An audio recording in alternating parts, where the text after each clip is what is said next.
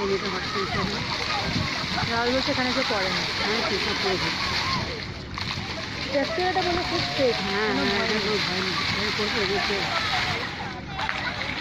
ইন্ডিয়ার মাথায় বুদ্ধি নেই, ওদের মাথায় বুদ্ধি আছে।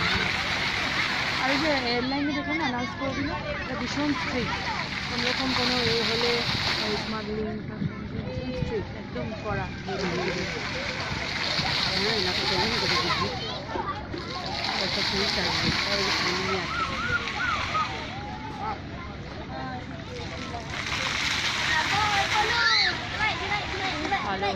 আমরা ওই যে জায়গাটা যে বিচের মতো ওই যে এদিকে তাকাও, লাইটের দিকে তাকাও।